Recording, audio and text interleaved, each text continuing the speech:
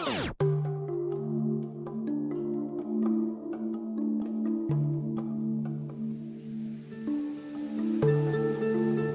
year is 2020 and a quarter of the world's population finds itself in quarantine due to the novel coronavirus pandemic. The test used to diagnose coronavirus and other pandemics such as AIDS and SARS was specifically developed with the help of an enzyme produced by a microbe found on geological features such as hydrothermal vents or freshwater springs.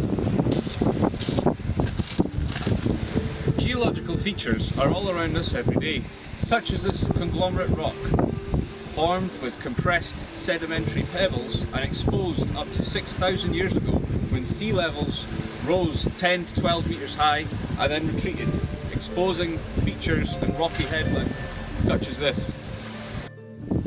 You won't find any of those thermophilic or heat-loving microbes here. To do that, we need to take a trip to the deep sea.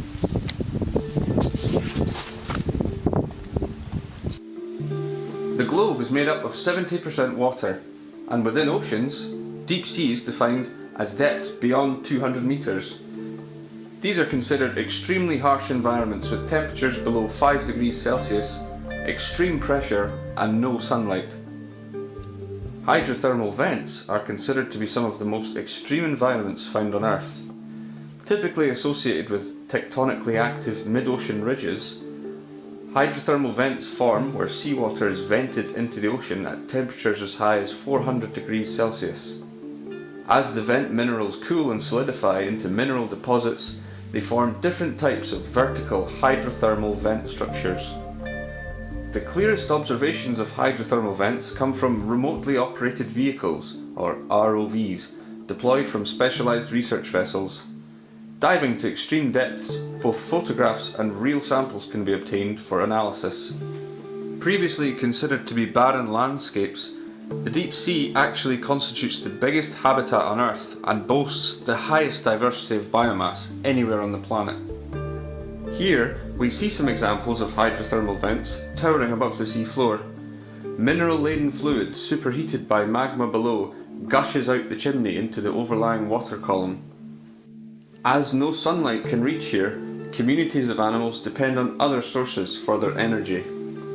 Thermophilic bacteria don't just survive in these harsh environments, they thrive there.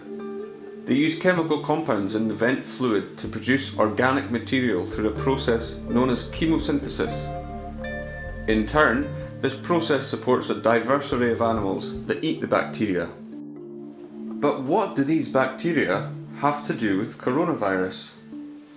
It all began back in 1969 when scientists discovered a bacterium, Thermus aquaticus, living in the extreme temperatures of a hot spring in Yellowstone National Park. 2 decades later, other scientists discovered a new strain of bacteria on a hydrothermal vent off the coast of Italy that could withstand even greater extreme temperatures. More heat-loving microbes have since been found on hydrothermal vent communities across the globe to depths as great as 5,000 metres beneath the sea surface. By the mid-1980s, the unassuming microbes had enabled a major advance in the emerging field of genetics. Scientists found that their enzymes remained stable even at temperatures required to perform a revolutionary procedure known as polymerase chain reaction, PCR. With enzymes recovered from the microbes, it became possible to make millions of copies of a single DNA sequence in just a few hours, essentially upgrading geneticists' tools from carbon copy paper to state-of-the-art Xerox machinery. A technique using these systems, termed DNA polymerases, as well as enzymes isolated from viruses, now make it possible to quickly test for viruses, including coronavirus, like SARS, avian flu, and COVID-19. The current coronavirus crisis shows just how important it is to have a library of deep ocean natural resources, including that of microbial communities. Today, some of the most effective medicinal cures originate from natural marine products, such as the newest breast cancer treatment and treatments for HIV. Thermophilic bacteria have been shown to have antiviral properties, and there are currently over 40 marine compounds undergoing trials around the world. As countries slowly recognise the value of deep ocean species, Seabed mining companies are lobbying countries to allow them to mine the deep ocean seabed for mineral resources. The biggest threat to hydrothermal vents and their communities is deep sea mining. We know more about the moon than the deep sea, and with so much left to discover, this could have unfathomable impacts on the deep sea. Hydrothermal vent communities have a remarkable diversity of microbes, including genetic diversity.